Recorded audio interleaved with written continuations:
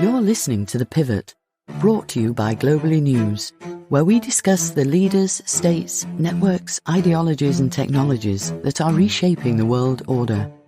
Visit our website at globally.news. That's globe, L-Y, .news.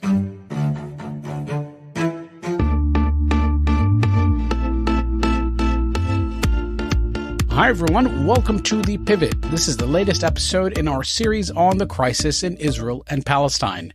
My name is Arif Rafiq and I'm your host.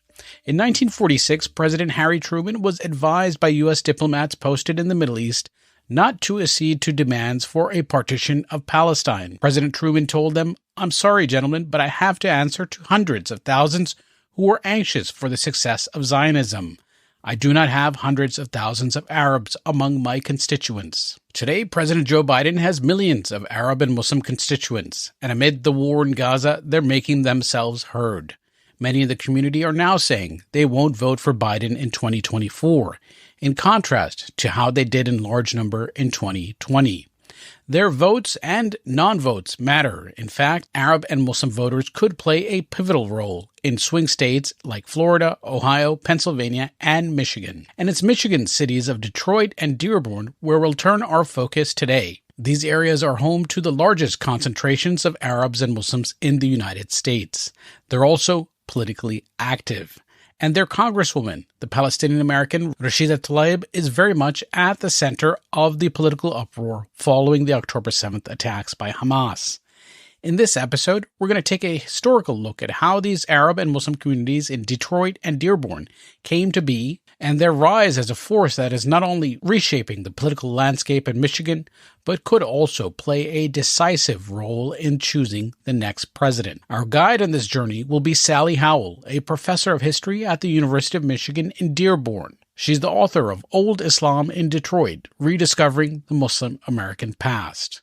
For more information on her book, click on the link in the show notes. Dr. Howell, thank you for joining us. I'm happy to be here.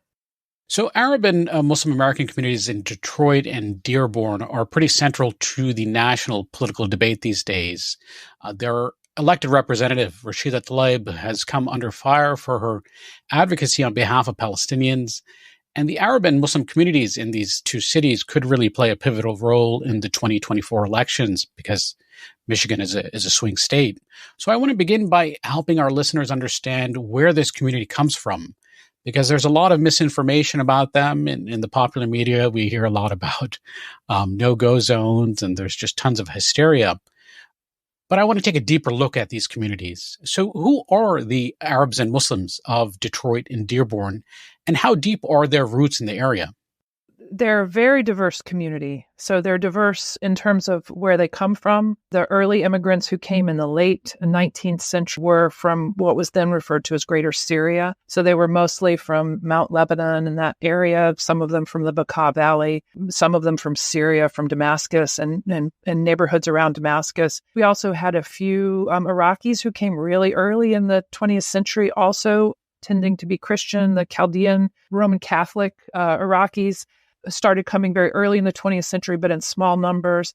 Outlying Yemeni migrants came here and worked in the auto industry. Part of that population was Muslim. The Muslims started coming a decade or two after the Christians, but they were definitely here before Henry Ford started his $5 workday, which was in 1914. They already had a settlement in Highland Park, right outside the gates of Ford's Highland Park factory, where he sort of invented the modern assembly line.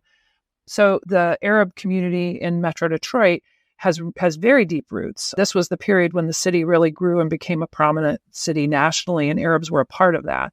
And many of the workers, Highland Park filled up very quickly. And so Henry Ford was already eyeing Dearborn. He needed more land. He wanted to get away from having the city council of Detroit tell him what to do and tax him and things like that. So he started buying land in Dearborn where he could be right next to the Rouge River, which flows into the Detroit River, so that he could really control his own transportation network and things like that. So he bought land here, built a huge factory here, the Ford River Rouge Assembly. And Arabs came, they helped build that factory They built a neighborhood or participated with immigrants from all parts of the world in creating a neighborhood for themselves right in the shadow of that factory. That's a neighborhood called the South End. So they were here from the beginning. They helped participated in unionizing the Ford Motor Company. They sort of contributed to all the patterns of the 20th century. But in the 1920s, our immigration laws changed, and it became very difficult for people to come here from Asia.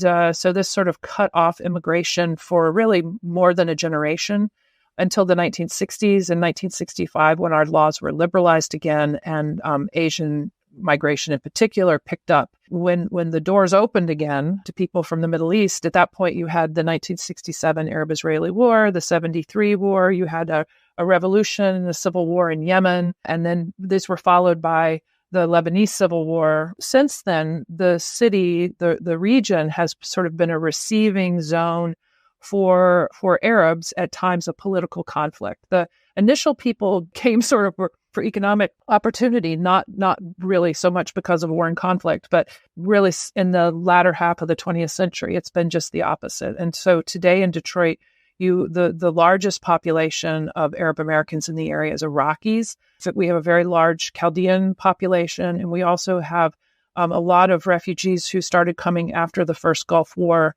and have continued through the second Gulf War, and they're continuing to arrive today. So we have a big Iraqi refugee population. We have a Syrian refugee population that followed that war. And the Yemeni community is growing. They're the fastest growing group of Arab migrants right now in the state, but they're the fastest growing population in Wayne County, which is the county the city of Detroit is in and Dearborn is in. Yeah. And so we have a community that's had a presence in this area for well over a century. And as you suggested, this is a community that comes from many different countries, many different regions in the Arab and Arab world and Middle East, and also from different religious backgrounds. And when it comes to the U.S., maybe around half or more of Arab Americans are Christian, while most Muslims in the U.S. and globally are not Arab. So I'd like you to unpack those dynamics in terms of religious demographics of the Arabs of Dearborn and Detroit. You know, in the early days, in the, let's say the 1910s and 20s, the first Syrian communities were near the downtown area, sort of on the very, very near east side of Detroit. And they built churches there. And then, you know, they also had communities in Highland Park where that factory was, where Henry Ford's factory was. But the Highland Park, the Muslim community, again, they started coming a little later. And so they didn't have a settlement near the downtown area. They were moving more directly either to Highland Park or Dearborn. So the first mosque that was built in the United States as a mosque opened in Highland Park, just a block away from the gates of Henry Ford's factory, the Muslim Mosque of Highland Park. It opened in 1921. And then eventually when the community moved to Dearborn and got past the worst of the Depression, they opened two mosques in Dearborn. One of them was called Hashmi Hall. That was sort of it was the Progressive Arabian Hashmi Society. It opened in 1937. And then the second one was the American Muslim Society, which opened in 1938. One was Sunni and the other Shia. So, so the Christian community was diverse, internally diverse, and the Muslim community was as well. And they built institutions to reflect their diversity. The Christians, because they lived on the east side, they sort of migrated to the eastern suburbs and the northern suburbs. And so you can sort of follow their churches over the years, moving up the economic ladder, basically. Now many of their more prominent churches are up in the northern suburbs, which tend to be wealthier. But the Muslim community, because it was involved in labor more directly, having to do largely with when people arrived in the U.S., and a lot of the Christians had support networks that helped them get into small business, whereas the Muslim population tended to get into labor. So they moved into more working class areas from Highland Park down to Dearborn and the surrounding areas. And so today, Dearborn, with all of its diversity that I mentioned, the Iraqis, the Yemenis, the Lebanese, is over. The Arab population there is overwhelmingly Muslim, a mix of Shia and Sunni, and lots of different kinds of congregations. So in addition to this national origin and religious diversity, we've got families that are fourth and fifth generation American at this point. And we've got families that are still arriving. So that's the thing. The interesting thing about Dearborn is how all of these different Arab Americans, some who have never, don't speak any Arabic at all, and some who don't speak English, how they create a community together and come together, and politically, socially, culturally, economically, it's a very dynamic city. So that how long you've been in America, diversity, maybe your political affiliation, types of diversity that we think of more when we're not thinking about Arabs, those are also really viable here. Yeah, and that was actually going to be my next question. We often hear a lot about questions about assimilation and integration in discussions of Arab and Muslim communities, especially post 9/11. And, some have claimed that these communities are unassimilable, and that discussion is kind of heightened post October 7th. And I think, as you said, this is a dynamic community. And so discussions of assimilation and integration are really complicated by the fact that you have new people coming in here. And so, when we discuss other communities that are seen as having integrated, like the Irish and the Italians, their, levels of mass immigration peaked maybe a century ago. And so we're talking about communities that are kind of static in terms of their composition, and so, at least in terms of their broader numbers. The Arabs and Muslims of this area, new people coming in from Iraq, from Yemen, and so their process of reinvention of becoming an American has just commenced for the new arrivals. So talk to us about those dynamics and how it plays out in the community, because in your book, for example, you had talked about changing religious norms over the 1960s. And so in terms of religious orthodoxy and what it meant to be a Muslim and how Islam was practiced. So how does that play out? How has that played out in terms of, the influx of new people and their interaction with old timers? It's a great question.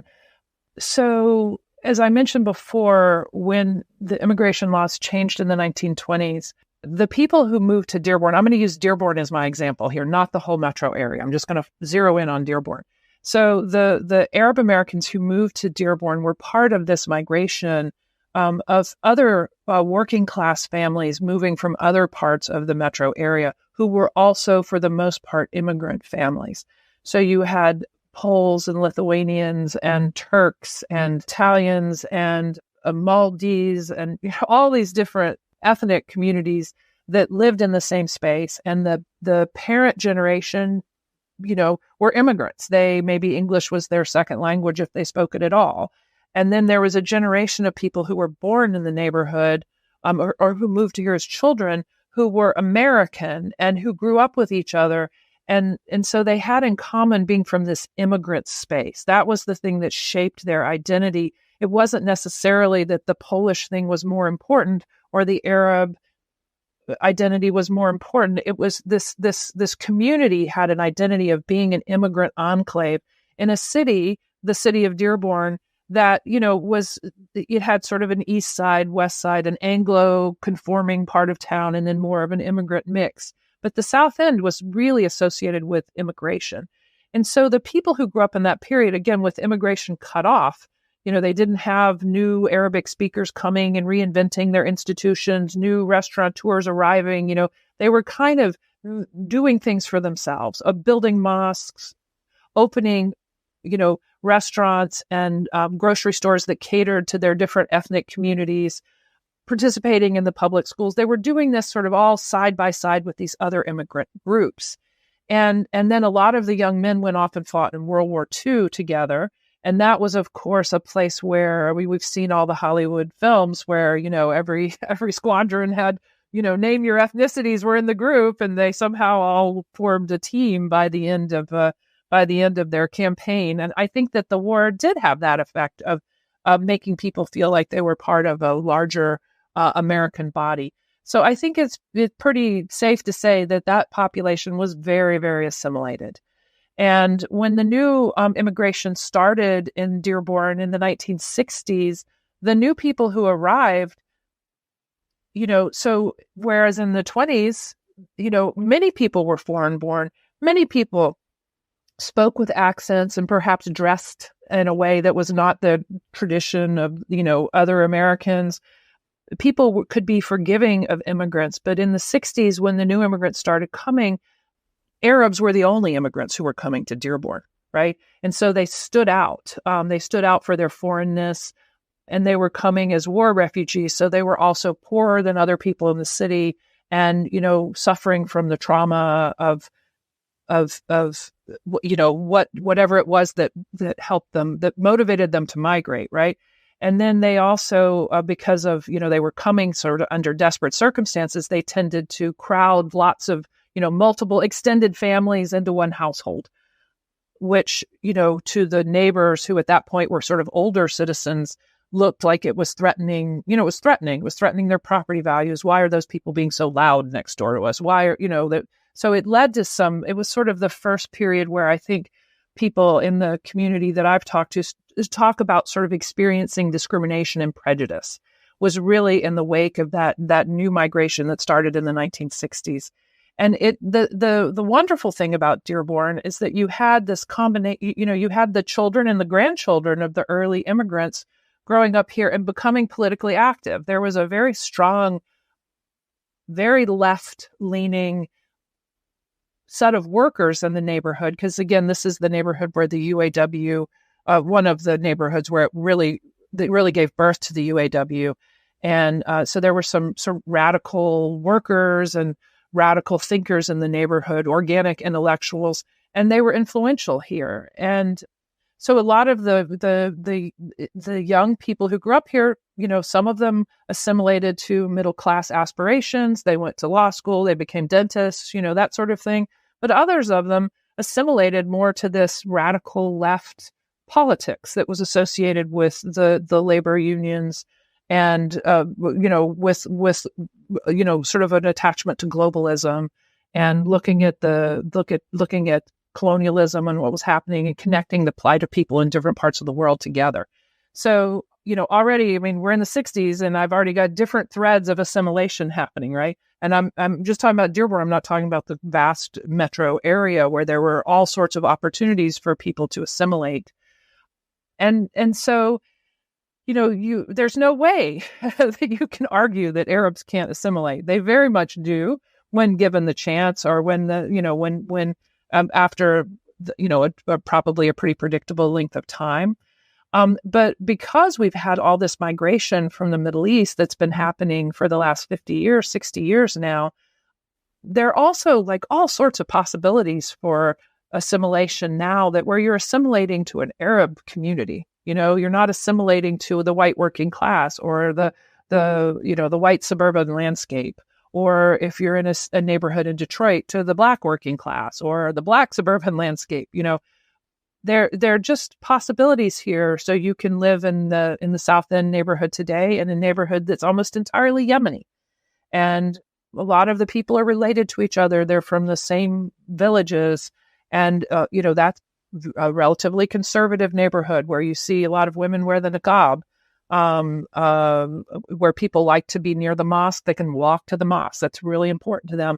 Versus a few blocks away, or a couple of miles away, where there's another Yemeni neighborhood in the east side where a lot of women don't wear the hijab at all, and they work outside the home, and they don't want to live next to a mosque. They don't want other Yemenis, telling them how to behave or who to marry, or observing them all the time. So that it's a really complex community, and there's just infinite possibilities here. I'm famous for saying to my students, there's many ways to be an Arab American as there are Arab Americans, and I think Dearborn is the place that really makes that point. Yeah, and I think you also made a great point about the question of assimilation. There are many ways to assimilate, because America is ultimately a multi-ethnic, multi-class country. And so if you live in, the suburbs, a very wealthy suburb in the Northeast, assimilation may take on different characteristics than, let's say, if you live in a working class, predominantly Black area in the Midwest.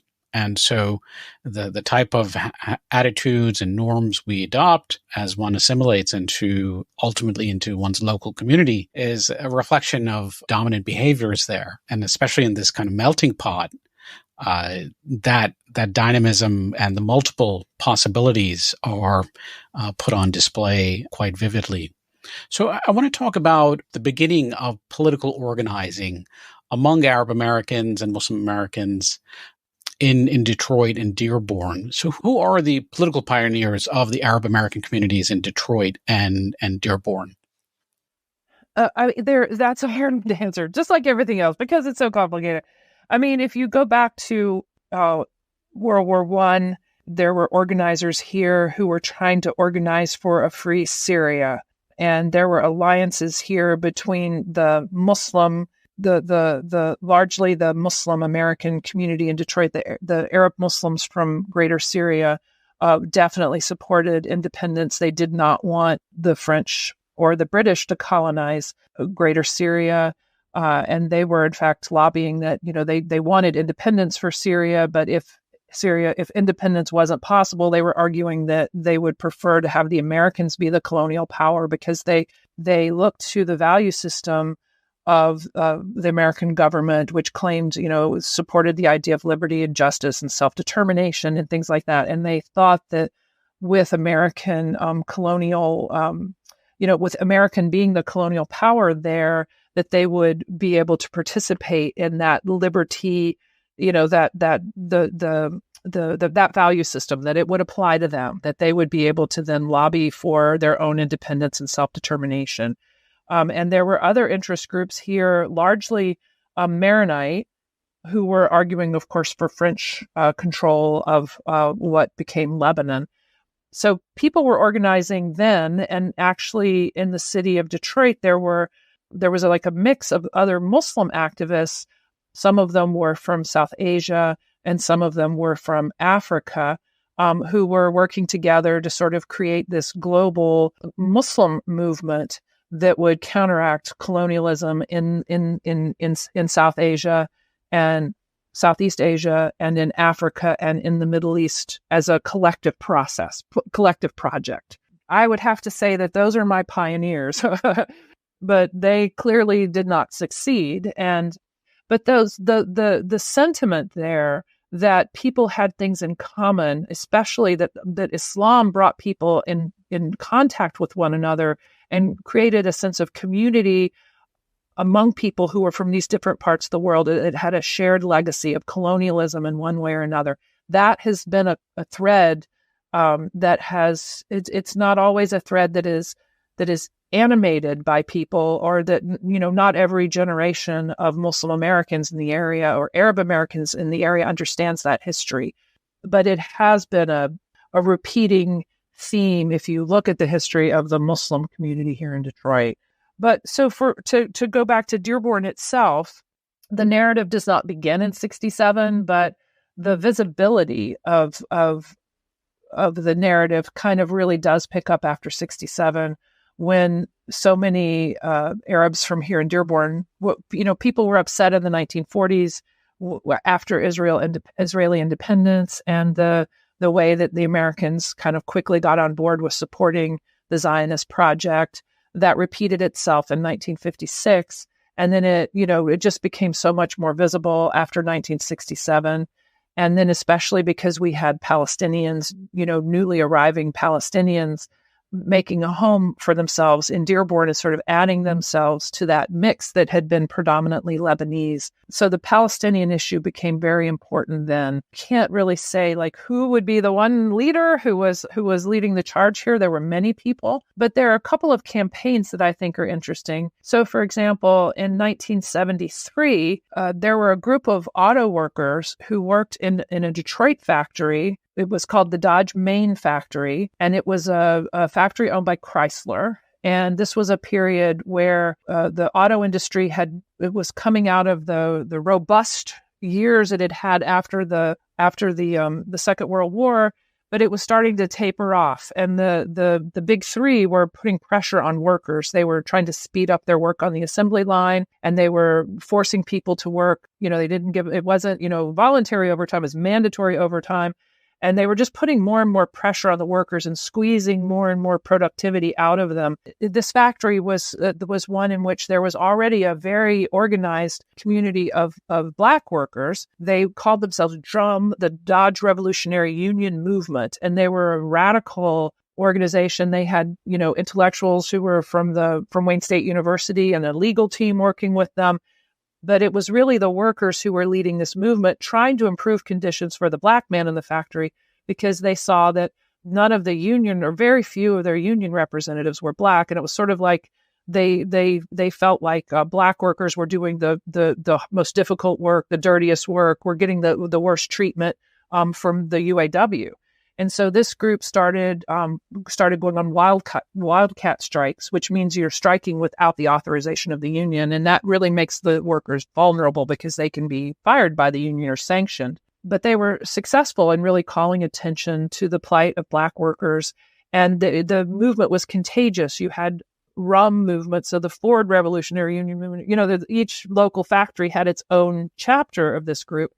And they were organizing as African-American workers, but they encouraged the white workers around them to also organize chapters so that they could collaborate in lifting up the plight of all the workers. And the one group that really took their call was a group called the Arab Workers Caucus, which was organized largely by Ismail Ahmed, who is, if you're familiar with Michigan history, you'll know his name. He was a very influential person in the Arab community here. What happened was most of the workers at the time in the factory were these newly arriving people from Yemen and from Palestine. Many of them didn't speak English or didn't have good English, and they were being really abused in the factory, put in the very worst jobs. Some of them were being asked to do the work of two men, and they couldn't complain. They didn't have the ability to complain. I think some of them were worried that they would be deported if they complained, or, they might lose their work visa, and they didn't have the language skills and everything. And so the drum leaders definitely saw that there were many quotes of people saying the one person who has it worse than the Black man in the factory is the Arab. And so especially in 1973, and this is because the workers discovered that their UAW union dues were being used to buy Israeli war bonds. And this is in 1973, after the 73 war. And so this was, there's a film about this struggle called Finally Got the News How Your Dues is Being Used. I think that kind of sums up the feeling that people were very frustrated. And so working together, the Arab Workers Caucus and the drum workers organized a wildcat strike to protest the UAW buying the union dues. And it was, they effectively shut down several assembly lines and really caught the attention of the local community, and it created this really important political alliance. Some of the intellectual members of the drum movement went on to, they were the editors of a newspaper that came out of Wayne State University, the student newspaper there, which was also called the South End. And they had been publishing, these were radicals again, and they were publishing lots of stories about labor conditions and connecting the plight of African Americans in Detroit to the, unaligned movement in Africa and other parts of the world, and trying to help workers and, subjugated people around the world understand what they have in common. So it was already a very progressive paper, but they started publishing stories about what was happening in Palestine and with the then still new occupation. And their stories were devastating and, written very much from a perspective that would be familiar to any Palestinian reader. Definitely anti-Zionist coverage of these issues.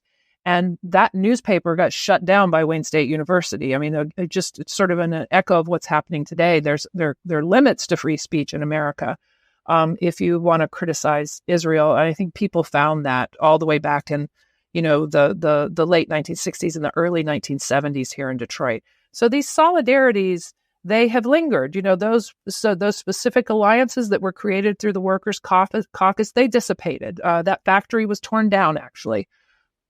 And, people went in other directions, but their ties and their connections to each other were maintained over time. And so now we see new new opportunities for people, Black and brown people in particular.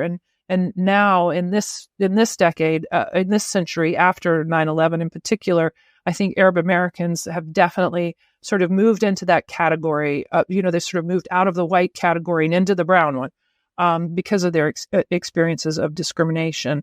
And so those alliances keep recirculating at moments of crisis. Yeah, and so this looks like kind of like a precursor of the progressive, quote unquote, intersectional alliances that we see today, reflected at a national level with the Squad, which are, it's a composition of mainly Black and brown or Arab and Muslim politicians who are serving in Congress. So it very much seems like it foreshadows what we're seeing today. Now, and who are some of the, the initial people in the community who started to run for office? Because we have, this early political activism that is in the early 20th century that is tied to people who have come from, who are essentially part of a colonized diaspora who reside in the U.S. and are in the process of becoming an American, but they're still engaged in activism on behalf of their homelands. And then there is this labor activism that emerges in the 1960s and 70s. So when do we start to see Arab Americans in this area run for office? So the first person I'm aware of who was an Arab American and a Muslim American who ran for office and won in metro area was actually a man named James Karub. He ran from the city of Highland Park. His father was the imam of that mosque I talked about that was established in Highland Park in 1921. And he also was the imam of the first mosque that opened in Dearborn, the first Sunni mosque that opened here in 1938. And Jim Karub ran for the state legislature and he won. And his father's and his brother's politics were definitely very concerned about Palestine, about Lebanon, they were anti-colonial activists on behalf of the Arab world for sure. But it's interesting because when I think about Jim Karub and his politics, he was just such a local politician. He really had the issues. I mean, he's one of the people who introduced legalized gambling to the state of Michigan, and he went on to become sort of the gambling czar of the state of Michigan. So it's like not a trajectory you would perhaps imagine. But in Dearborn, we've had a lot of elected officials, Arab American elected officials. Spencer Abraham was a U.S. Senator representing Michigan as a Republican. The Republican Party, he'd been a fundraiser and strategist for the Republican Party, and sort of his reward was that he was supported for running for the seat in the U.S. Senate, and he won. And I remember I was living in Dearborn at the time. I went to the polls and voted. I lived in East Dearborn, and there was an elderly gentleman in the booth next to me who was voting, and he had his daughter helping him because he could not read the ballot in English, and he just say. With the Ibn al-Arab, when it's like I want the son of the Arab, but where's his? Get his name, check his name. I think that was the whole point of his going to the polling booth. He was so proud to vote for the son of an Arab. But Spencer Abraham's politics were very much within the mainstream of the Republican Party, and when he came to Dearborn, he would talk about solidarity with Arabs as Arabs. But I don't know his voting record, but he was not he was no Rashida Tlaib in terms of speaking out on behalf of Arab American causes, and he was not a Muslim American. He was from the Christian part of the community, and there have been many people who represented Michigan in local elections from the Christian community over time. But for Dearborn, so the community had a little struggle that they faced here, not a little one. It was a big one. It was an existential crisis that they faced in the 1950s and into the 60s when the city of Dearborn tried to rezone the Arab neighborhood, that South End neighborhood, for heavy industry. And they were, guilty of using all these illegal processes and procedures to try and move people out of their homes and demolish their homes and then sell those homes to heavy industry.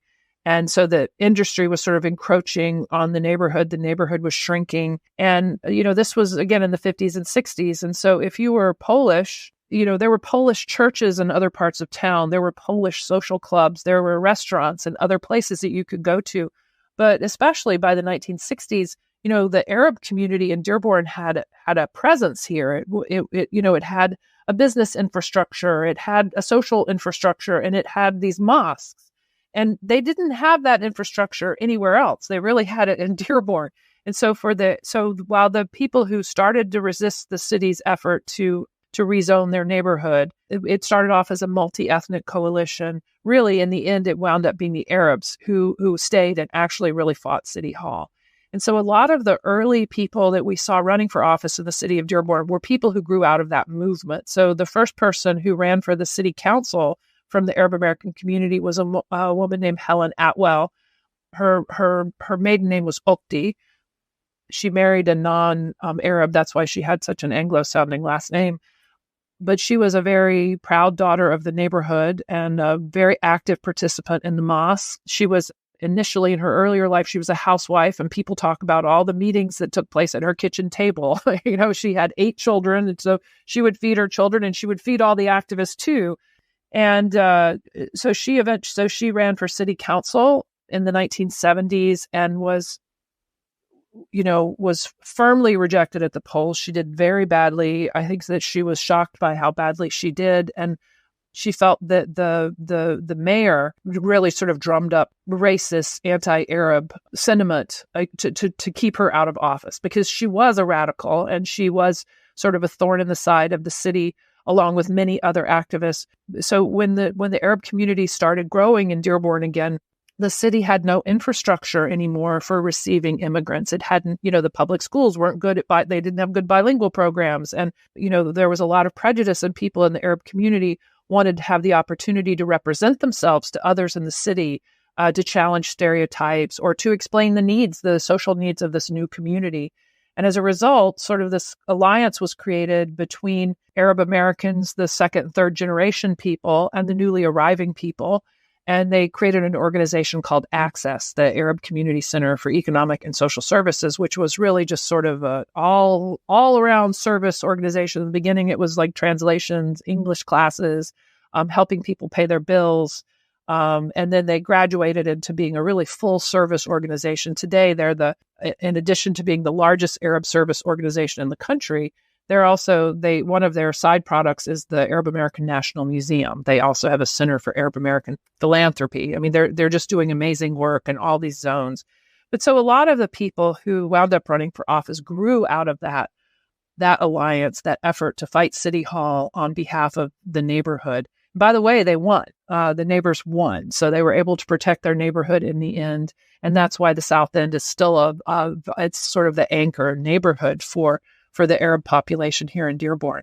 So the first person to successfully run for office in Dearborn, or for city council anyway, was a woman named Suzanne Sereni, who was ironically a Republican. She was a part of the creation of Access. She was there at the beginning, helping provide rights and opportunities for the newly arrived immigrants. But her father was a restaurant owner on Dix Avenue, the sort of business street in the middle of the neighborhood. And so she sort of followed her father into a more traditional Republican identity. But and I think that's part of why she was able to win. Her husband was Lebanese, but her last name was Sereni, which in a city like Dearborn sounds pretty Italian. Anyway, so she ran for office, and she first was elected to the city council in 1990. And to me, that's really late in the day for a community that had been here really since the city incorporated and became, this conglomeration that we refer to as Dearborn. Arabs had been a part of that narrative. So it's just the fact that she was the first to be elected, and then it was another 20 years before a second person was elected to the city council. This tells me that there was very strong anti-Arab sentiments that just kept growing throughout the 60s and the 70s and into the 80s. So the community was growing, and they were demanding more respect from the city, demanding more resources, more opportunity. So that was happening. But at the same time, you had this demonization of Arabs and especially of Muslims that was taking place in the media following each of these wars we've talked about. And so the national sentiment was definitely turning anti-Arab, and that was really sort of exacerbated here at the local level by local political dynamics, especially over things like housing. If you look at the history of the Detroit area, the racial discrimination in housing is one of the definitive narratives of Detroit history.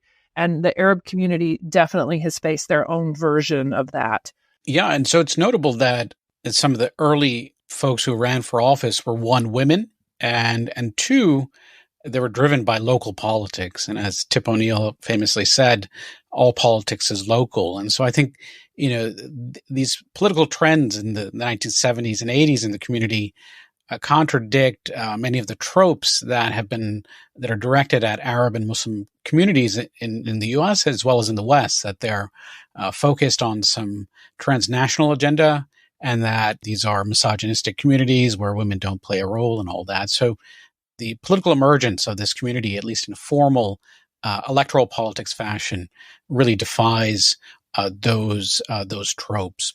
Now, I want to talk about the period of the 1980s and the 1990s, because during that period, we saw, at least at a national level, Arab American organizations try to emulate many of other established communities and develop a political machine at a national level to drive political influence. And so we saw the Arab American Institute endorse Jesse Jackson in 1984. Jesse Jackson formed the Rainbow Coalition, which was very much a precursor of the kind of diverse political coalitions that we see today in the Democratic Party. And then in 1988, they ultimately endorsed Michael Dukakis, who rejected their endorsement because the community was seen as toxic. And so how did that play at a local level? I'm wondering how those dynamics in terms of at the national level search for political coalitions within the Democratic Party and then the rejection by the mainstream Democratic Party, the sort of centrist element, how did that play out at a local level? So there are a couple of ways. So first, I did neglect to mention another person who ran for public office in Michigan who succeeded in the 1970s. I have to look up the year he first ran. He might have actually won office in the 1960s.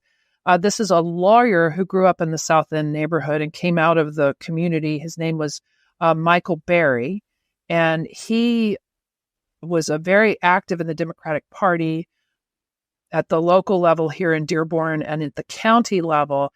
And he was elected road commissioner for Wayne County, which is, again, the county of Dearborn and Detroit, and along with many other communities. And this is before, in the state of Michigan, we had a position like county executive. So in effect, the road commissioner was the one who managed a big portion of the budget of the county. The international terminal of the Detroit airport, until a few years ago when they redesigned the airport and opened some new terminals, was named the Michael Berry Terminal. And I always thought that was interesting because his real name was Muhammad Berry. So I always liked the fact that our international terminal was named after a Muslim named Muhammad, even if it said Michael Berry. Some of us actually knew. And when George Bush came to Detroit after 9/11, he arrived in that terminal, and the airfield was actually managed by another Arab American Muslim at the time. So when people were so paranoid about Arabs, Arabs were running the airport basically. But so Michael Berry was really important in the Democratic Party, but he was not a part of that left that I talked about, having come out of the South End neighborhood. So there was the more radical left, and so some of the there was a little bit of tension here in the Arab community over how to participate in party politics. And Suzanne Terraney and some business people created a chamber, they participated in the Dearborn Chamber of Commerce, but they also created an Arab American Chamber of Commerce and, went on to sort of court Republican inclusion in the Republican Party. But the more, the people who were further to the left in Dearborn, they worked very closely with Jim Zogby in the 80s and the period you're describing. And the Arab American Institute was very active here in Dearborn in terms of bringing their Yalla Vote campaign here and doing voter registration. There were so many activists on the ground here in Dearborn who would just, I feel like the only conversation I ever had with them was about voter registration. They were really eager. And one of the main issues for them in terms of registering people to vote was to provide better school services for the Arab community, because so many of the resources in Dearborn were being spent in the western, wealthier part of town, whereas the population that was most in need and the population that was growing was in East Dearborn, where the Arabs were. So there was just this long struggle over providing resources to the schools, providing park resources, providing any sort of institutional infrastructural resources to the part of the town that the Arabs because the city was consistently ignoring that part of town. And even in the 1980s, we had a man who ran for city council. He ran for mayor. He had been the head of the city council for a few years. His name was Michael Guido. And when he ran for mayor, he ran sort of on two campaign issues. One was an anti-Black campaign that he had, which was, what to do about the parks in the city of Dearborn, because the city of Dearborn had put in place a resolution that said only city residents could use city parks. Okay. So Dearborn was a population that had a history of segregationism. We had a longstanding mayor here, Orville Hubbard, who was the sort of most famous or infamous segregationist mayor of the North. And so the city had remained very, very white, like less than 3% minority all the way through the 1980s. And this is a city that, the largest border that the city has is with the city of Detroit. It's like a kidney almost in the side of Detroit. So it's surrounded on three sides by the city of Detroit, which was in the 60s and 70s, 80s, was flipping demographically from being a white majority city to a Black majority city. So the fact that Dearborn could remain so segregated in an era when the other suburbs were integrating, and where the city of Detroit was actually, becoming more segregated, but becoming Blacker. It's just amazing. And so this issue of, if you say only a Dearborn resident can use a Dearborn park, then if I'm a white person, if I went into the park, no one would challenge whether I was a Dearborn resident or not. But if you were an African American and you came into the park, you would be carded and asked to leave. So this was one of the big political issues. And the NAACP and other activists in Detroit boycotted Dearborn businesses. There was a legal case, and the courts ruled that this was discriminatory and illegal on the surface. And so the city had to cancel this project. And so Guido was claiming he was going to find a new solution for this problem, which was really just a segregationist issue. And then the second thing he ran on was the Arab problem. So he actually had campaign literature that said what to do about the city parks and the Arab problem. And, he was basically, race baiting white voters and telling them that he would protect their city against both Blacks and Arabs. And he won also. He won by significant majority, and I think that really freaked out the Arab community and drove them even further to the left. Because they found allies on the left. And but anyway, so Jim Zogby was definitely the idea of voting and the significance of voting here in Dearborn really mattered, and people in the Arab community knew it. If they wanted to get power at the local level, they needed to vote. And if they wanted to change American foreign policy in the Middle East, they needed to vote.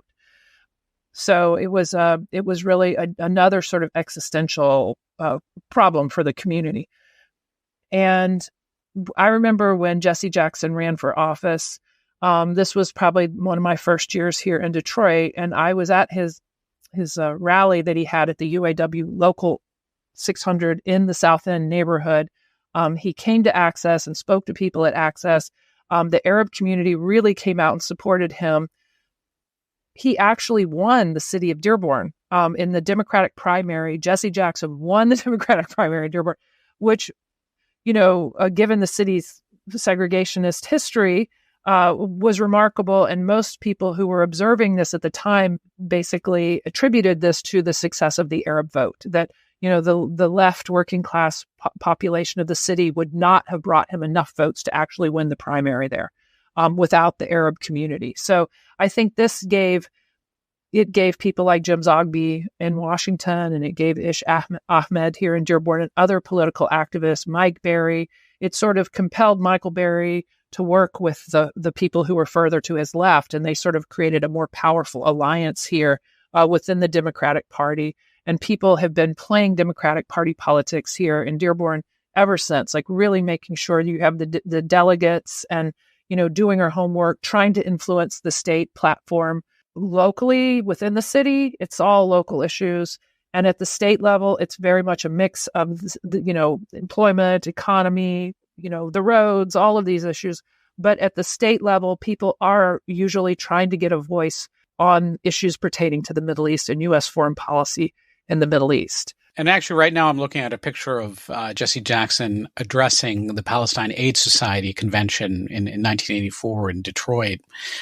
So, it's a reflection of how he was able to go into uncharted, maybe transgressive territory, at least politically speaking, given the fact that, any kind of association with the cause of Palestine was really politically toxic in the U.S., at least in terms of electoral politics.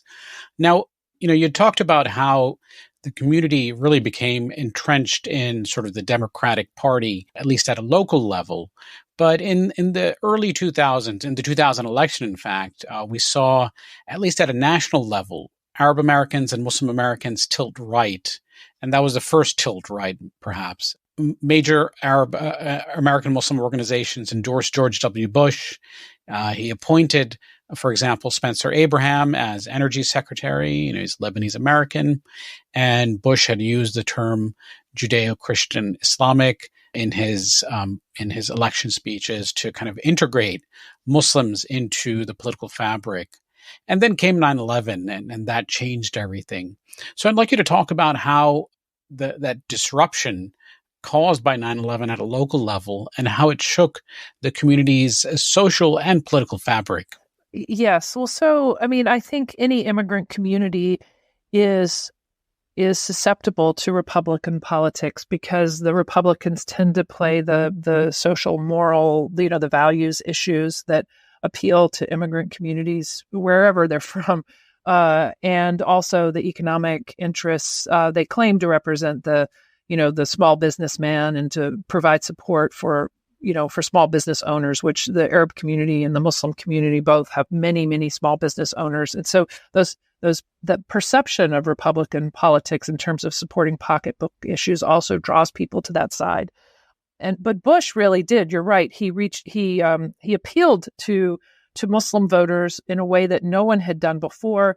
And he even said in one of the debates that he would look into the issue or try and put a halt to interrogation of the kinds of special targeting by the surveillance state and interrogations of Arab Americans that had really kind of become more common after the first Gulf War or in the lead up to the first Gulf War.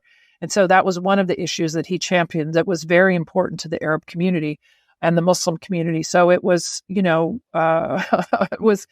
was the after effects of the 9/11 attacks and the rapid, launch of the invasion of Afghanistan and the extreme anti-Muslim rhetoric that followed all of these things. It was a very fearful time here in Dearborn and at the local level.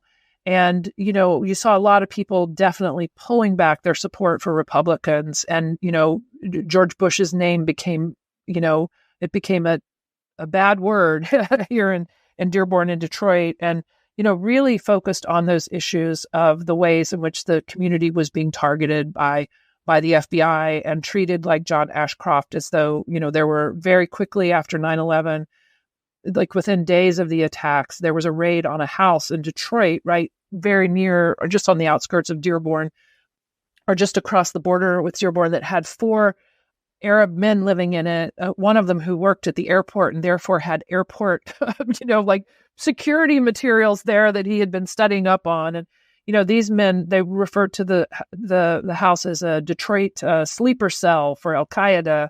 And there were so many news stories about this house, and, it just seemed like every time the Arab community in Detroit was in the national news, there was some accusation of support for terrorism here, terrorists hiding here. And of course, the terror cell was proven to be an overreach by the U.S. attorney here in Detroit at the time, and none of these men were prosecuted for terrorism, and so many of the other cases also fell through.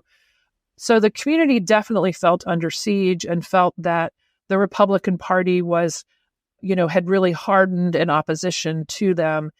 Yeah, people kept trying to get closer to the Democratic Party, but there still wasn't a lot of embrace of the community. I mean, a lot of Arab Americans supported Ralph Nader when he ran for president, and specifically because he was an Arab. And it was not just because he was an Arab, he was definitely a member of the left, but he also eventually came out with a very pro-Palestinian statement as a part of his campaign platform.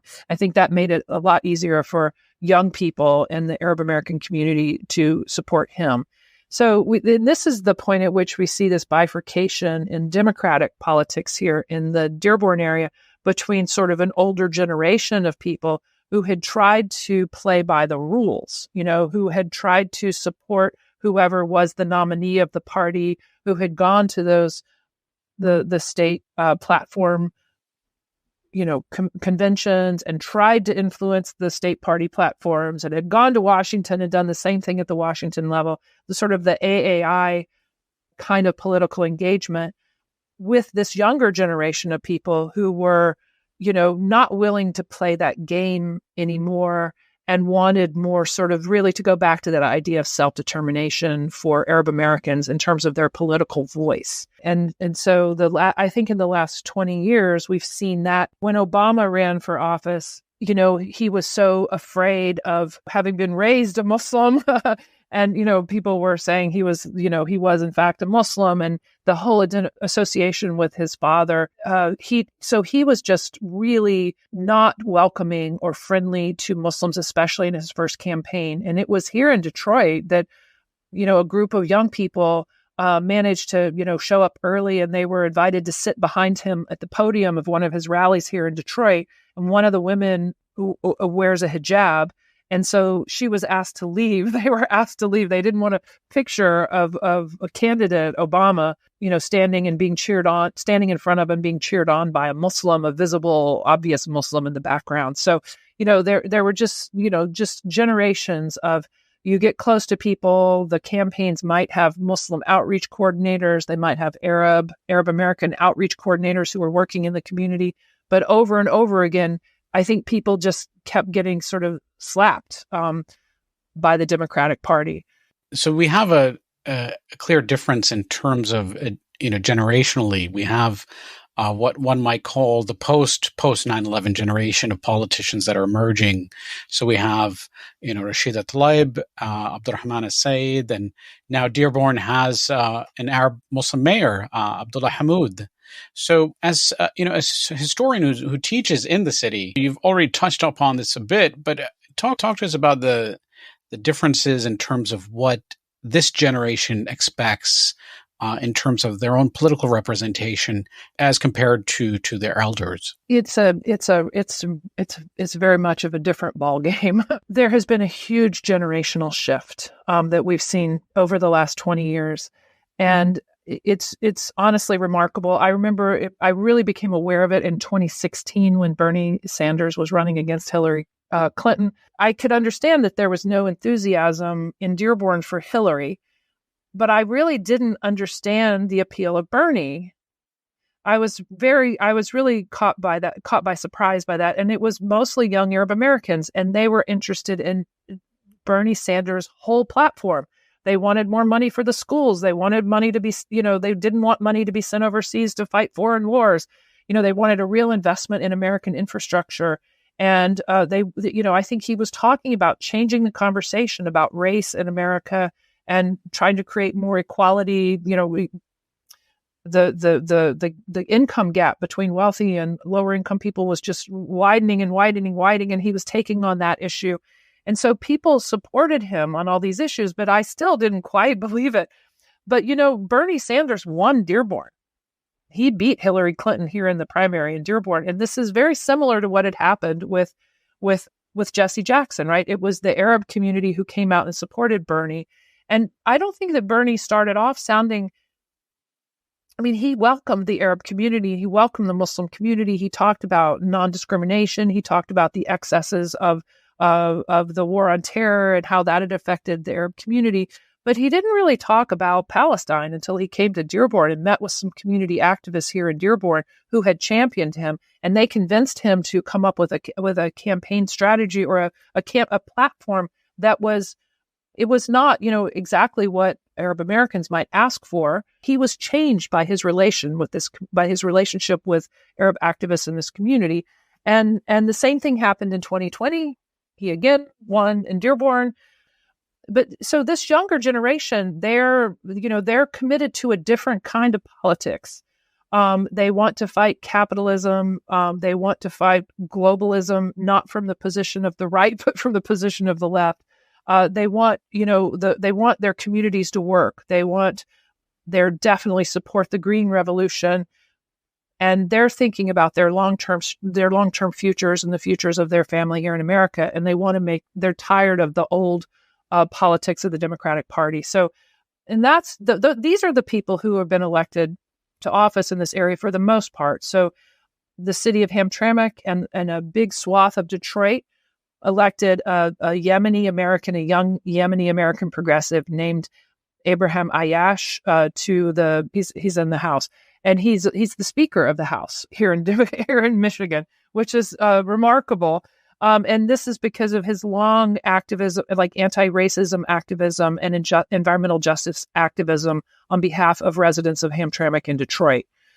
We have, of course, Rashida Tlaib, quite famously won her district in Detroit, which was not an Arab American district at all. It was a majority African American district. Her initial district was mostly in Detroit, and then in some of the downriver white working class suburbs, who again you would traditionally think would not vote for an Arab woman.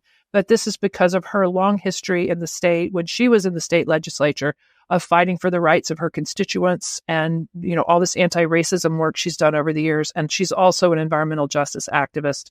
And she, of course, was one of the first two Muslim women elected to Congress, she and Ilhan Omar.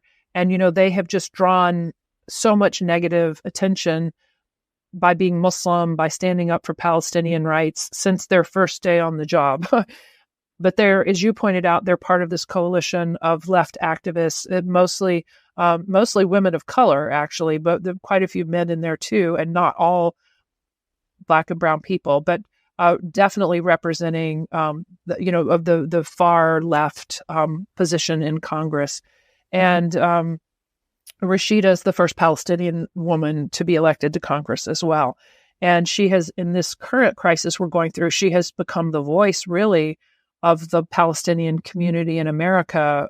The kind of censure she received has been shocking for people and upsetting for people. And after the attack of October 7, the Hamas attack in Israel, I think the left progressive people in the state of Michigan have been making such a difference. We had Abdul Sayed, who ran for governor and did very well in the Democratic primary. He probably was a thorn in the side of the Governor Whitmer, who won, and he did not get I think he was sort of hoping he would get some sort of statewide appointment. That did not follow because I think he ran a pretty hard campaign and proved that he actually challenged her. But her administration has been amazing. They have appointed so many Arab Americans and Muslim Americans, and all from that younger generation, the new generation of activists. It used to be that the Arab population here in Dearborn, kind of was complacent in its working class background. And a lot of, second generation, the children of immigrants from the Lebanese Civil War, they might want to go into business. They saw their fathers be entrepreneurs and succeed. So this entrepreneurial impulse has been very strong in Dearborn. A lot of students from Dearborn, were hesitant to go to the University of Michigan in Ann Arbor and live in a dorm and be away from home, they would come to my campus, the University of Michigan-Dearborn, which is in the city of Dearborn. It's a commuter campus. But in the 90s and, I guess more increasingly in this century, people have started going to Ann Arbor. There are a lot of scholarships now that are available to people in Ann Arbor, so making it more affordable. And people have just started going there, and they're being trained in a more political way than we were doing on this campus. It's clear if you look at the mayor of Dearborn, his entire administration has some relationship either to the University of Michigan or Ann Arbor or to Harvard. These are very well educated people. This push for education and for a kind of like middle class success, no longer working class success or independent entrepreneurial success, but people are becoming engineers and political strategists and getting degrees in social work and environmental activism and things like this. Yeah, so it looks like this new generation of Arab American activists and politicians have far greater expectations in terms of representation, and they're also unafraid to show their identity or their heritage. So that's a marked difference, I think, from previous generations of Arab American public officials. And then also, it's really interesting that this community, and I think it reflects national patterns as well, this community, which is heavily Arab American and Muslim, was avidly supportive of Bernie Sanders, who could have been America's first Jewish president. There's plenty of examples of the ugliness of politics, but that is kind of the beauty of politics in terms of its ability to create these cross-cutting alliances where people transcend boundaries that maybe have existed for quite some time, but because of shared values and shared experiences, they become one, at least in terms of who they select on the ballot. So there's the good and the bad, and then there's the ugly. And right now we see a lot of that ugly at the national level with the attacks on Rashida Tlaib and the outright bigoted vitriol that's leveled at Arab Americans and this talk of Gaza refugees that's coming from the right.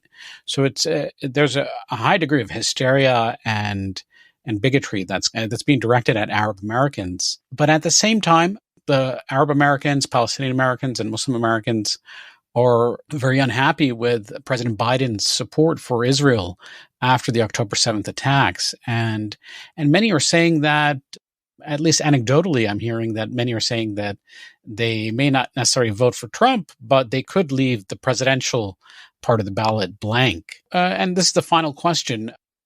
What is your sense of the mood on the ground right now in terms of how the community is responding to this post-October 7th scenario? And what does it mean for 2024? The community has been shocked by Biden's just one-sided approach, just unabashed support for Israel. No ceasefire has yet been called by him. The governor here in Michigan issued a statement. The president of the University of Michigan issued a statement. Debbie Dingell, the former congresswoman who represented Dearborn, issued statements that didn't mention Palestinians at all.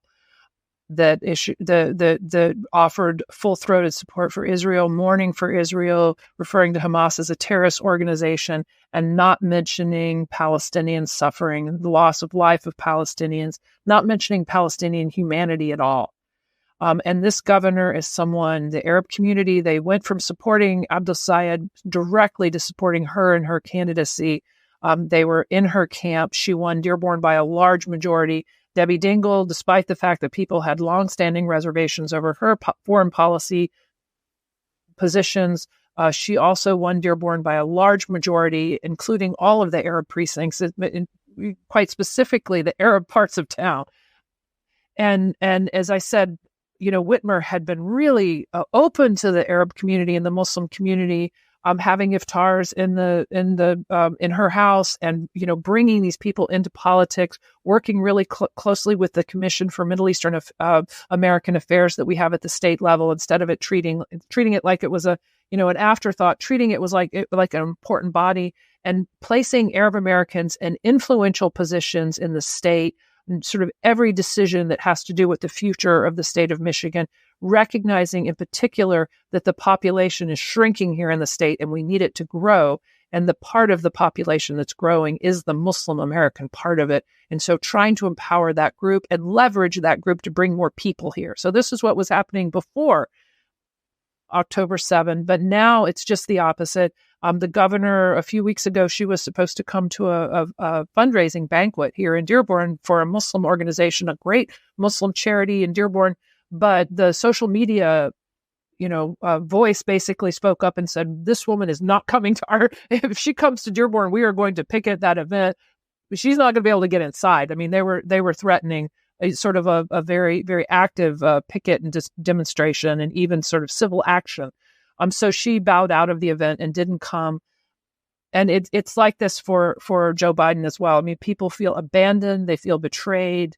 They feel, look, we've been playing by the rules. We've been doing this for so many generations now. But in particular, in this century, we were at the table. We deserved our seat at the table. We want our voices to be heard. Why are we being discriminated against in this way?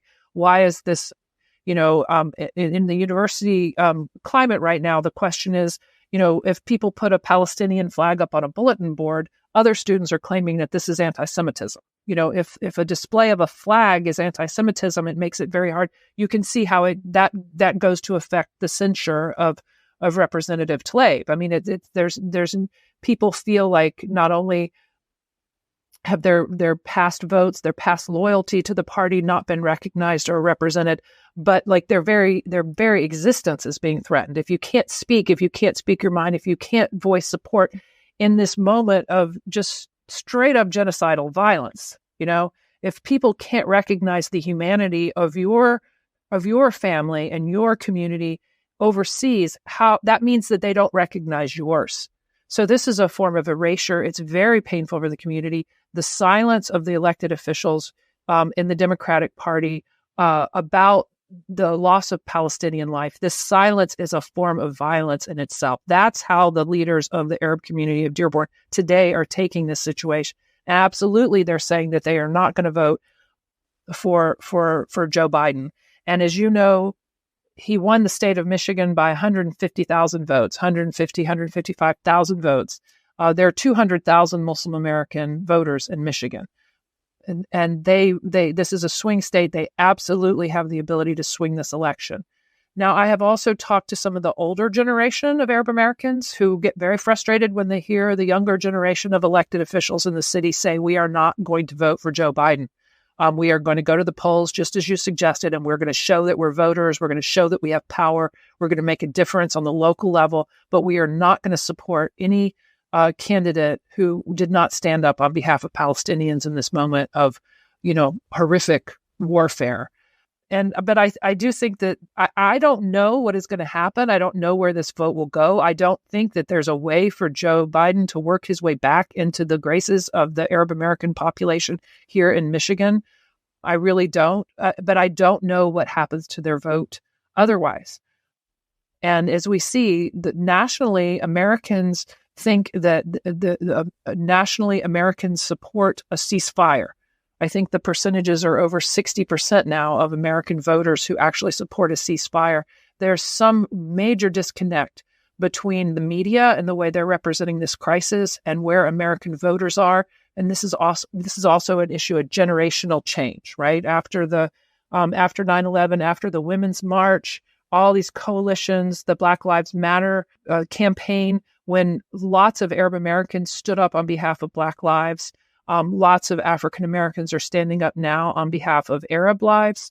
So there's there is a generational shift happening, but I am a historian. I am not a prognosticator. I can't predict where it will go because I've also seen generation after generation of elected officials sort of embracing the Arab community, but then at moments of crisis like this one, abandoning them. And that's what's happening now. This generation of voters, from what I've seen here in Michigan, they're saying that they're not gonna play ball. And that was Sally Howell of the University of Michigan in Dearborn.